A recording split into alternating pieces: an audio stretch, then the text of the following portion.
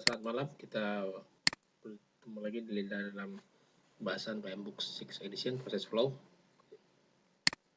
di mana pada proses sebelumnya kita sudah membahas proses group initiating, dan sekarang kita akan bahas proses group planning, di mana control area scope sudah kita bahas, schedule sudah kita bahas. Pada malam ini kita akan membahas manage area cost. Manage area cost dimulai dari plan cost management, di mana plan cost management inputannya adalah project charter. Project charter apa yang menjadi inputannya itu adalah ya pre-prov financial resources, bagian pentingnya. Terus ada juga di sini project management plan, yaitu schedule management plan, karena schedule itu mempengaruhi cost, dan juga risk management plan, kira-kira risiko-risiko apa yang bisa berimpact pada cost, itu juga sudah di-define di sini. Sedangkan IEF dan OPA-nya pada plan cost management masih sama, yaitu terkait organization culture, market condition, currency exchange rate, public communication information, PMIS system, productivity differences. Terus OPA-nya itu financial control procedure, historical information, financial database, formal. Terus juga tools and teknik yang kita gunakan adalah expert judgment and data analysis dan meeting, di mana data analisisnya itu merupakan tidak terbatas pada alternatif analisis, dengan bagaimana mereview strategic funding, apakah dia menggunakan self funding, funding with equity, atau funding with debt. Juga bisa menggunakan, juga mempertimbangkan acquire project resources, seperti apakah membuat sendiri, purchasing, renting, atau leasing. Terus juga salah satu lagi tentunya meetings. Outputnya yang paling penting itu ada cost management plan. Cost management itu apa isinya? Adalah is a component the project management plan and describe how the project cost will be planned, structure and control. Jadi bagaimana how to the project cost-nya itu di plan, ya sudah di plan, terus di estimate, akan juga determine budgetnya bagaimana ya, terus juga nanti bagaimana structure-nya, terus juga bagaimana dikontrolnya. Plan, structure, and control. Terus contohnya di cost management plan itu yang akan di-establish itu adalah unit of measure. Kira-kira each unit of measure, such as staff hours, staff days, peak time measure, liter, 10, tons, kilometer, cubic, yards for quantity measure, itu harus sepakati di awal. Level of process-nya seperti apa, degree of estimate-nya, round up or down, terus juga magnitude of the project, scope of the activity, itu sesuai dengan itu. Terus juga level of accuracy, the acceptable range, plus minus 10%, yes in determining realistic cost estimate is specified and may include an amount for contingencies. Jadi ada 3 unit of measure, level of precision, and level of accuracy. Terus juga ada juga procedure links, itu terkait the work product structure, provide the framework from cost management, allowing the cost assessment with the estimate, budget, and control the cost. The WBS component use of the project cost accounting is called a control account. Each control account is assigned a unique code or account number that link directly to the performing accounting system. Control threshold juga diatur di dalam cost management plan, karena di sini adalah berapa varian threshold yang diperbolehkan dari baseline plan. Jadi variance threshold for monitoring cost performance may be specified to indicate an agreed upon. Jadi hal-hal yang disepakati di awal, amount of variation to be allowed before some action need to be taken. Threshold are typically expressed as percentage deviasi dari baseline plan. Jadi berapa yang diperbolehkan variance deviasi dari baseline plan. Oke, terus rules of performance measurement. Ada value management juga diatur di dalam cost management plan. Itu terkait aturannya, terkait performance measurement. Sebagai contoh, mendefinisikan poin dalam WBS, which measurement yang akan of control account will be performed. Terus juga establish value management teknik, weighted milestone, berdasarkan weighted milestone apakah untuk menghitung value-nya, ataukah fixed formula, ataukah percent of complete to be employed, and specific tracking methodologies, and the FAN computation for calculating project estimate at completion, forecast, profit of validity check on the bottom up EAC. Oke, terus juga ada reporting format, juga adalah the format and frequency for the various cost report are defined di sini ya. So, additional detailnya dalam cost management activities include but are not limited description of strategic funding choice, procedures to account for fluctuation and in currency exchange rate, and procedure for project cost recording. Oke, barulah kita masuk dari setelah cost management plan ke estimate cost. Estimate cost inputannya adalah project dokumen. Project dokumen ya lesson register, project schedule merupakan output dari develop schedule, resource requirement plan, output dari collect requirement register to output dari identity various, project management, cost management plan, output dari plan cost management, quality management plan, output dari plan quality management. Oke, kenapa itu masuk di quality management sini sebagai input? Karena di quality management itu dideskripsikan tentang activity dan resources yang dibutuhkan dalam project management untuk mencapai quality objektif dari suatu project, sehingga itu membuat biaya bisa besar atau kecil, itu tergantung dari situ. Oke, scope baseline di situ ada BBS itinerary, ada juga project scope statement. BBS sendiri ada work package, ada planning package. Oke, dan itu adalah inputan dari estimate cost di samping IF dan OPA.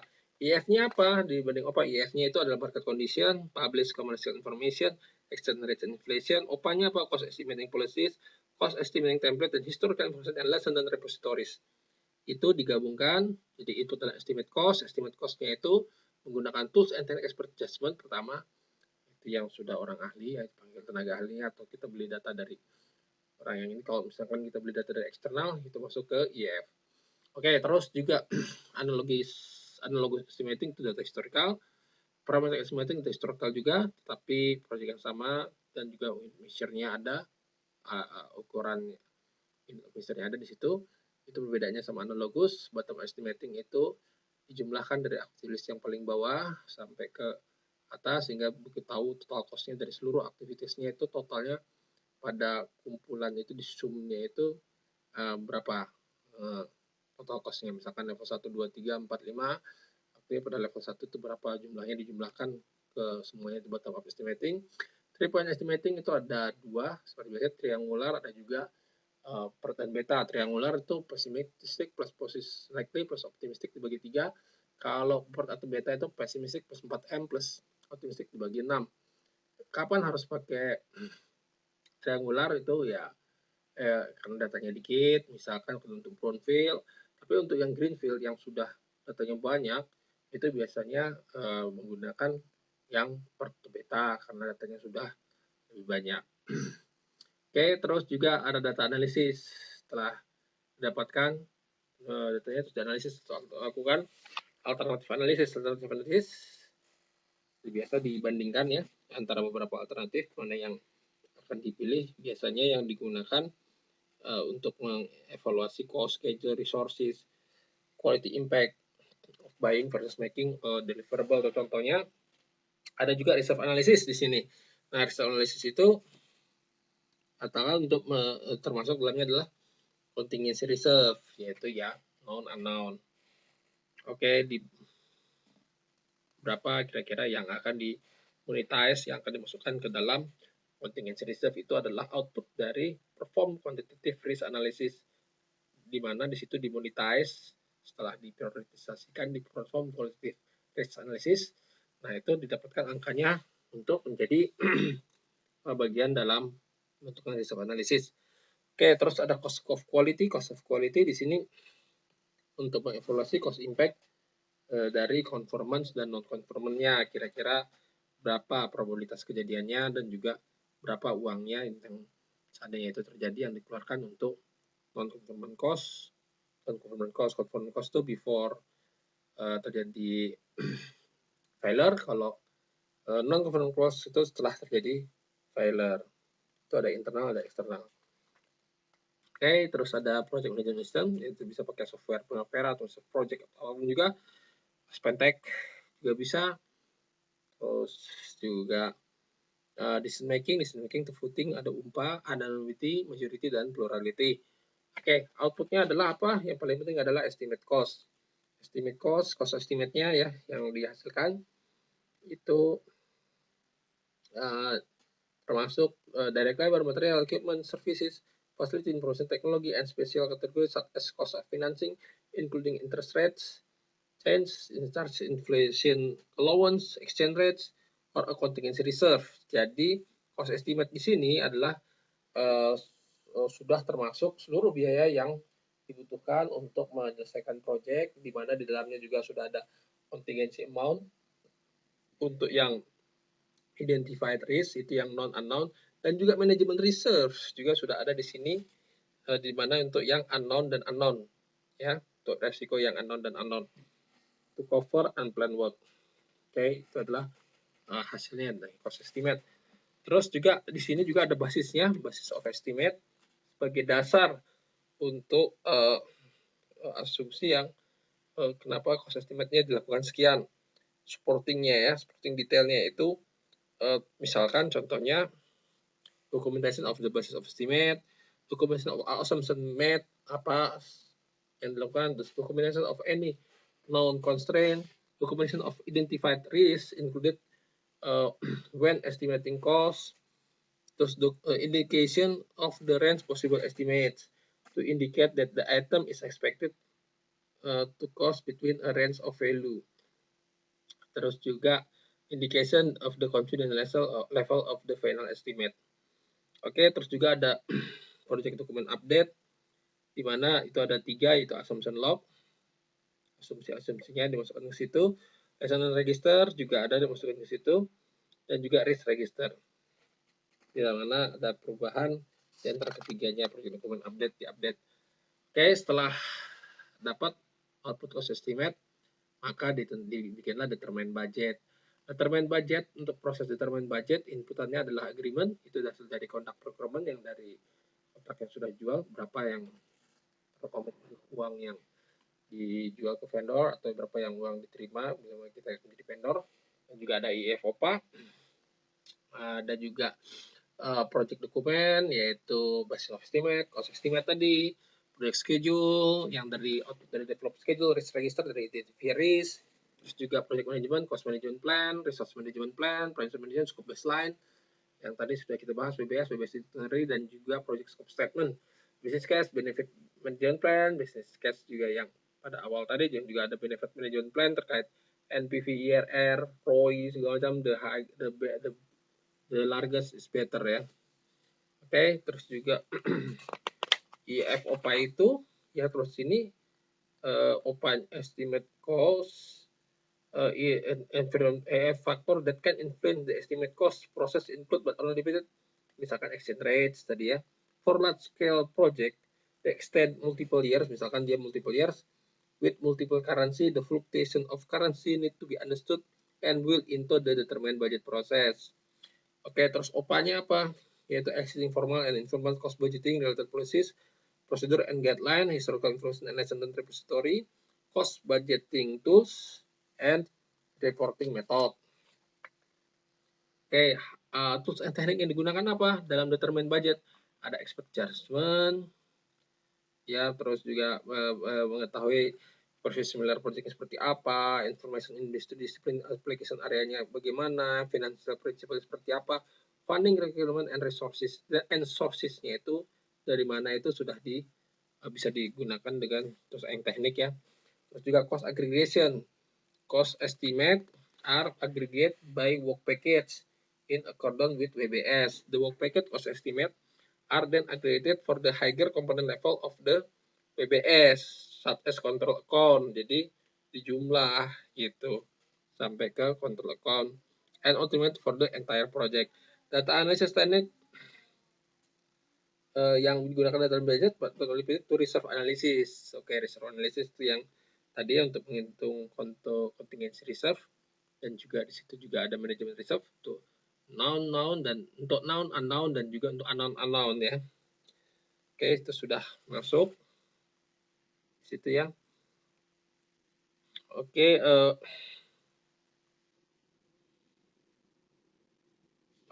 jadi manajemen risiko itu memang tidak termasuk di dalam cost baseline, tapi part of the project budget funding requirement. Oke, di situ tools and tekniknya. Terus juga kita menggunakan historical information review.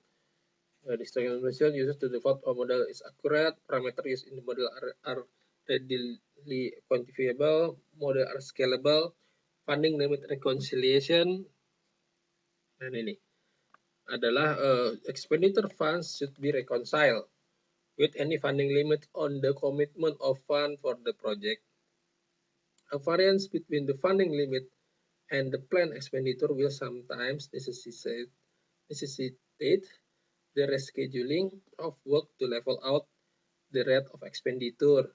This accomplished by placing in post debt in constraint for work into the project schedule.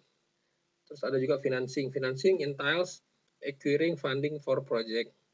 It's common for long-term infrastructure, industrial, and public service project to seek external resource of funds. Terus juga, if a project is funded externally, the funding entity may have certain requirements that are required to be met. Gitu. Kalau dia funded externally. Oke, outputnya apa dari determine budget, yaitu adalah cost baseline. Pastikan di sini perbedaannya kita bisa lihat nanti di ini.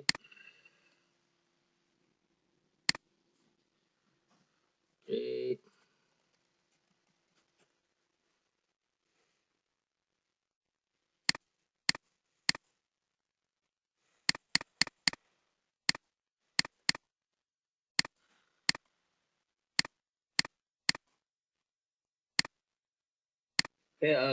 Cost baseline tadi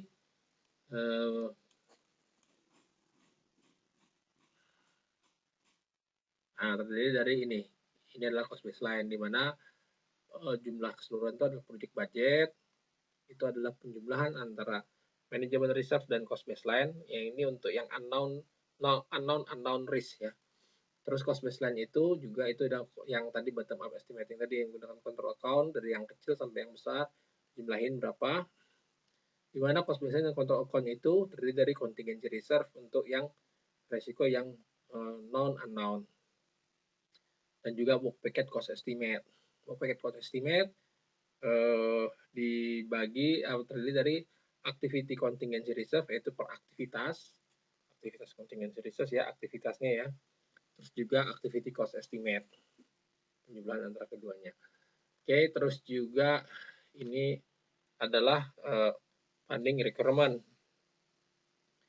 Hubungannya di mana bila mana kurva S itu ini adalah budget at completion, bila mana ini adalah kalau terjadi seperti ini, pada titik ini kita harus melakukan estimate at completion, kira-kira pada titik berapa dia selesai, di mana TCPI-nya total cost to complete performance index-nya itu adalah BAC min AC dibagi PAC min AC itu.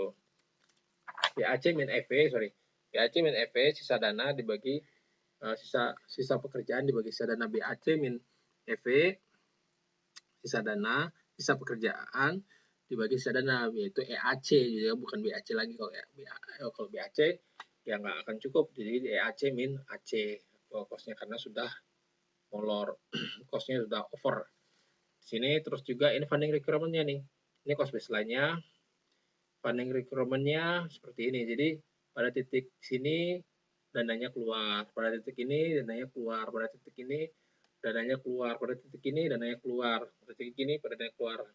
Ini adalah manajemen reserve. Jadi kalau misalkan seperti ini, ada titik di mana si cost baseline ini sudah melebihi cost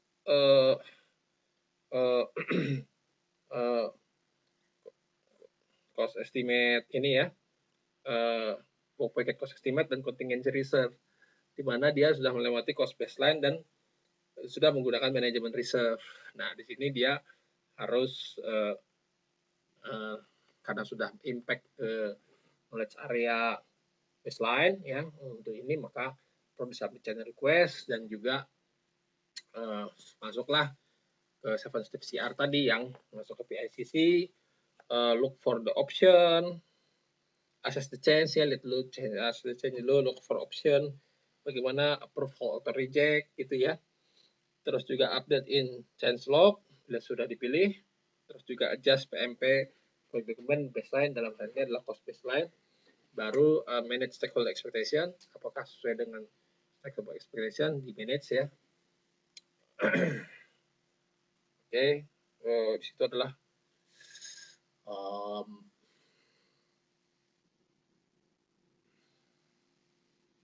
manage ya stakeholdernya, terus juga ini apa barulah manage the project terakhir. Oke, itulah ini project planning requirement ya. Terus apalagi outputnya yang lain, yang paling penting adalah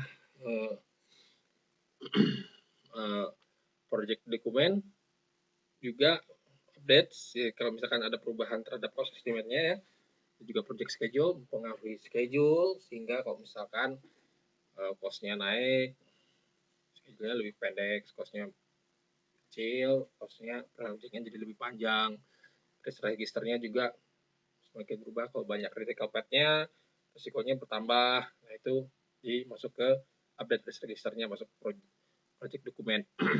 Itulah 3 bagian penting dalam output dari determine budget.